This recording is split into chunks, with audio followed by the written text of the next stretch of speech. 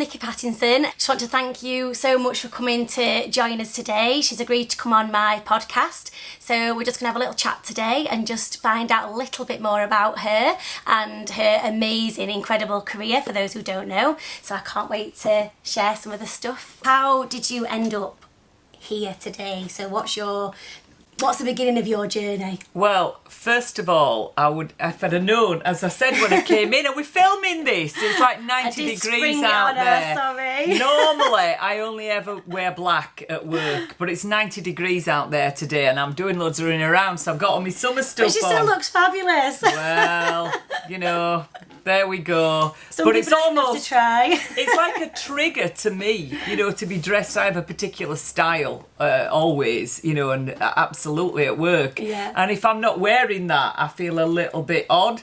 But going back to your question, you see, I don't think you find it. I think if it's what you're meant to be doing, it finds you. And for me, what I do for a living, without any question, found me.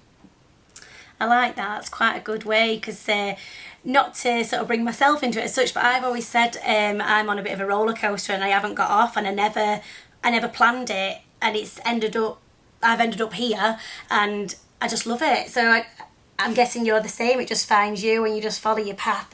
But you will have known somewhere, if you really ask yourself from being really young, you would have foreseen this. When I was 3 years old, I used to say one day, I'm going to be an actress, but it's like I haven't got an act, and I'm not singing, but I'm speaking to all these people. Well, you know what? I couldn't have described what I do any better. And in those days, I mean, there weren't even really speakers, never mind women speakers. So actually, I described what I do, which is like being an actress without an act. I mean, God, you've seen me loads of times. I stand up, just bloody talk, tell people as it is. But I'm not acting. It's really me. And I think that's what makes it so good with you. And that's what I loved and connected straight away with you, because I just thought, I love her. She's brilliant. Oh, thank you. Not everybody loves it. But you know what? If you are yourself completely, you can't compromise. For me, there's no compromise. This is who I were meant to be. And when I were young, the way that I talk, the way that I am, this kind of, I guess, irreverent manner at times, not disrespectful, that's a completely different thing. I was always told that if you continue to speak in that tone with that voice and be that person, you'll never be anything. People pay extra for this. Yeah. They pay extra for the voice, for the Yorkshire accent, and I guess the way of being. Yeah. But I'm really proud of that, and it's you've got to really look and say, who am I? What am I putting into the world, and do I like it? And not everybody's going to do so. Yeah. So I always say that if I have got an audience of 1,000 people and 960 of them absolutely hate me, they absolutely hate me. I can't imagine that. But 40 people think I'm all right. One day that 40 people will make me very rich, and that's the way I think about it. So if people want to not like me, that's probably more about them than it is about me. And isn't that always, you see something in yourself when you meet people that you go, oh, I'm not sure, but it's never about them, it's about what it brings up in you. That's true. So I think that's what made me connect with you, because I always remember the very first time I spoke to you on the phone. I'm not going to lie, I didn't see you. Obviously, you came to an academy that I'm a member of, but I missed that session, and I'd heard such positive things from everybody. I just felt this need to connect with you, and I remember you rang me, and when you came on the phone, I just thought, oh my gosh, she's amazing, because you just came on and you were just so...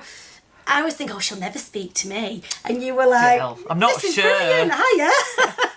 And I thought, oh, it's so nice. And I once got told, I did a video for my skincare, and somebody literally said, lose a northern accent and you'll get far. And Ridiculous. I thought, how rude. So then when I've met you and you said all this, I quite like that. So it's kind of resonated with me a little bit. But that's about them, not us. Yeah.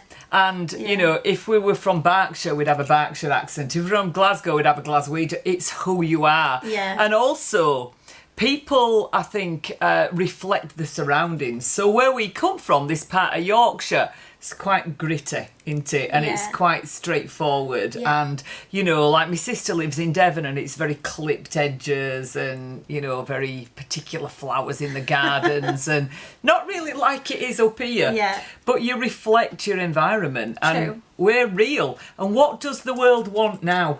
Reality. Yeah. We do not want to be hoodwinked, lied to, pretended to. You know, we want realism. We Yeah. want who people really are. So, True. you know, by default, not everybody's going to like you. And if they don't, well, it's not my bloody problem. I'm all right. I'm all right. I've managed all this time being That's me, true. and you've managed being who you are. You know, I'm just sorry. trying to not care anymore because I think I'm still a little bit sensitive. Going, oh, they don't like me, but then what can you Louisa do? balls to them, sorry, but that's, you know, let them sort themselves out. We'll True. just sort ourselves out. That's it. That's it. Sounds good. So obviously we connected and I asked you for advice and stuff on LA skincare. So you've obviously tried the products and I just wondered if you'd share with everybody what your thoughts are. That sugar screw, and I, honest to God, I get stuff sent to me. Thank you, God, and that's very nice. I get all kinds of products sent and. That chocolate sugar sweet screw. Tell me what it's called. There's the sugar. I'm rubbish with names, but I know what it does. Sweetie sugar scrub, and then there's the chocolate mask. Right, the sweetie sugar scrub Yeah. is exceptional. So many people say that, to be fair. Yeah, it is exceptional. And also the moisturising cream. Yeah. So I travel all the time and I always have the little travel packs to go with me.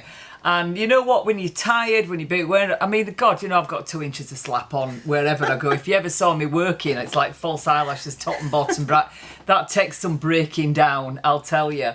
But that sugar scrub, my skin, honest to God, you can knock 10 years off once I've had a little go with that. And I know everybody will say that, but let me promise you, it's absolutely true.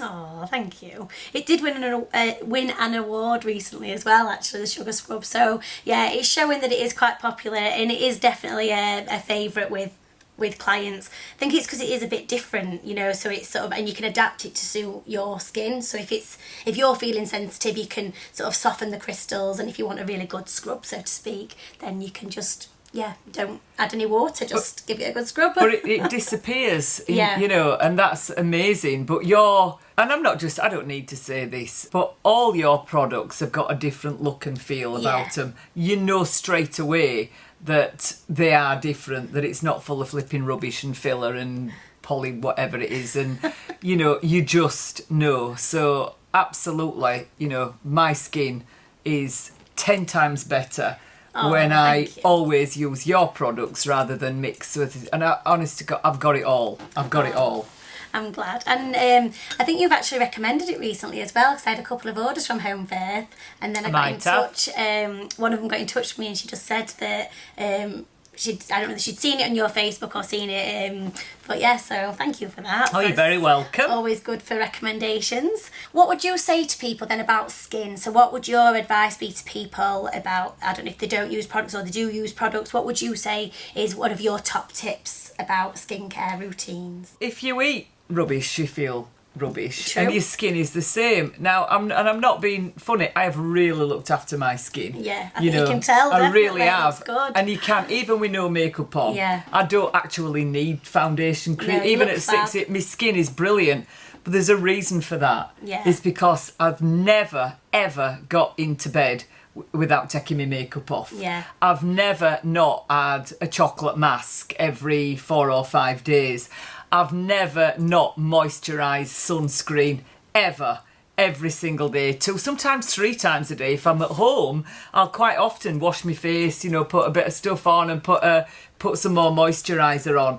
And yeah, it's served me well. It really has. Definitely. You know, it really has. So you've got to look after your skin, and I suppose it's back to that thing, isn't it? You are what you eat kind of thing. So it's a bit like that, as in putting it on your skin. So I find these days that people are so focused on covering everything up instead of working on what's underneath. So they'll shove Botox in, which I'm not against, that's fine. But, you know, like, I don't know, some young people, I find that they're maybe getting on that bandwagon a bit too soon, not really focusing on what's underneath, so they're more about the makeup and more about covering things up. So proof is in the pudding with you. So focus on what's underneath and look after your skin. But by the time they're 40, their skin will be rubbish. Yeah. And that's the thing, isn't it? You've By gotta do the it time now. they're a little bit older, it's, you start looking after your skin. I were doing all this at 14 years old. Yeah. That's the difference. I always remember my mum told me that you've got to start moisturising your face now, and I just went, why? And obviously I've learnt along the way, so I got my little pot of blue tin like Nivea, and that's where it all started. And you've got great skin. Mind you. you, she should have, shouldn't she, really, not being funny. Hello. Yeah, I wouldn't be a very good advert if not, would I? So I do have to practice what I preach. I do have to do that, don't I? So if you weren't doing what you're doing now, what do you think your chosen profession would be? I would either work for somebody like the RSPCA, because there'd be no mercy. There would be no mercy for these people. And I'd probably have some kind of an animal sanctuary. Oh. Yeah. You do have a chat. Am I right in thinking you do support a charity for animals, don't you? Or you? Yeah, I support a few animal charities. Yeah, we save dogs from China. That's it, the dog one. I remember And that. dogs and cats from Romania. So I don't physically do it myself, but every so often I'll do a charity gig, and the money goes there. And yeah, the RSPCA, International Fund for Animal Welfare. Yeah, we should be ashamed of ourselves with what goes on in the world. Yeah, We it's really quite should. frightening, isn't it? Yeah. But that is so good that you do that. So you, because you can go to events and earn, like, not being rude, but quite a bit of money, can't you? So Thousands! Thousands! Hundreds of thousands! and then you donate that to the dogs. That is amazing. Yeah. But what, you're given... So I am really lucky. I do what I love. I know that I'm going to be able to afford to eat next week.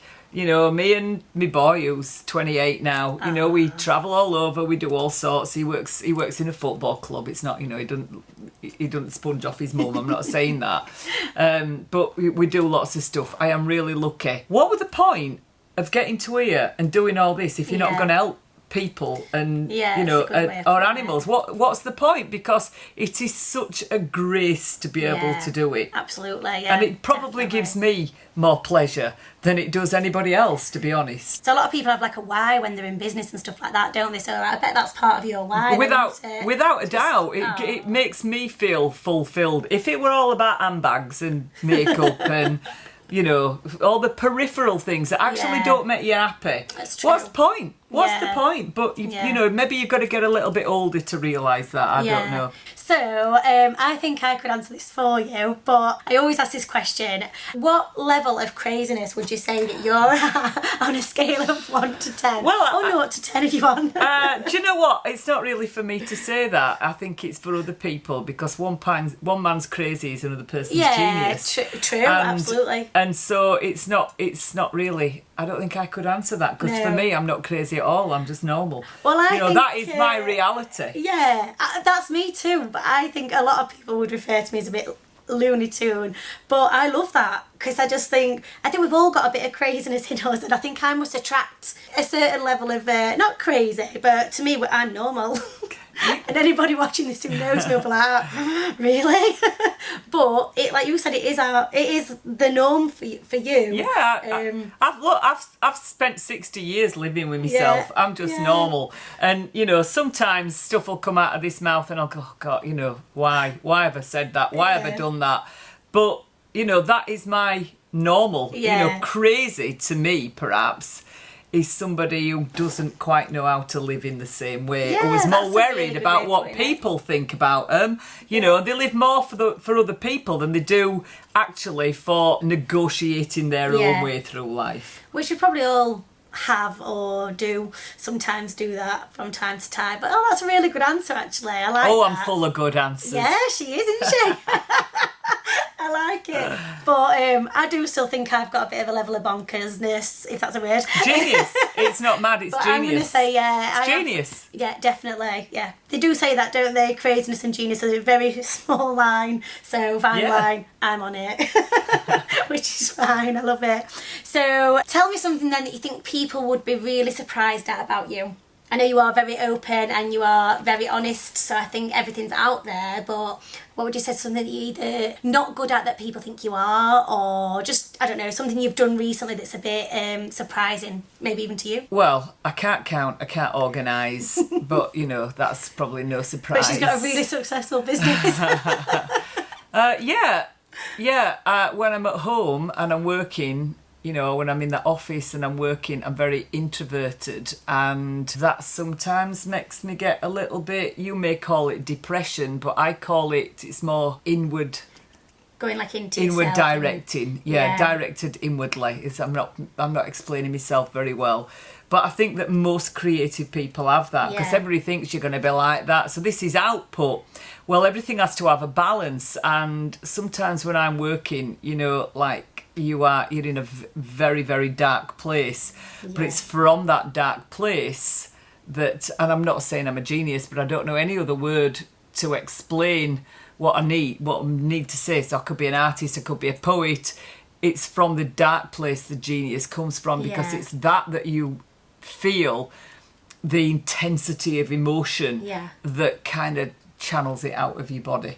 That's a really good way of putting it. Sometimes if I'm working from home, or and I've been really, really busy, but I've just literally been solidly working and thinking and stuff, I sometimes feel like I've got a bit of full wall syndrome, as if I've been indoors too long, but I need to do it because I've got stuff to do. Yeah. But I quite like the way you've just put it, because maybe because I'm quite extrovert and stuff, and I'm out there and whatever, but then sometimes you do need to go quite deep into yourself to find your next path or what you're doing. So I've never really looked at it like that. So that's it surprised me actually. So that's a really, really good way of describing it. So have you got anything else that you would like to share or ask me or anything before we just finish off?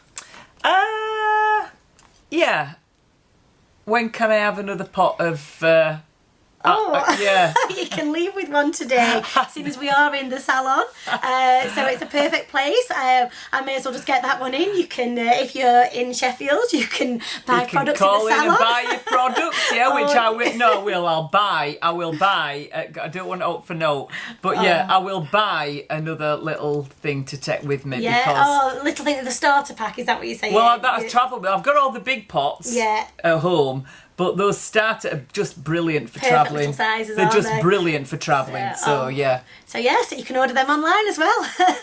So may as well get a little bit of a plug there. So I just want to say thank you so much, Nikki. It's been so nice just to catch up with you, and thank you for doing this for me. Yeah, thank you so much. Oh no, it's been a joy. Thank you so much. Even though I did dump on you that we were videoing it. Yeah, hello. You've never seen me in beige so before. So unprepared and so fantastic. So, but just fabulous. Thank you so much. Thank you. See ya.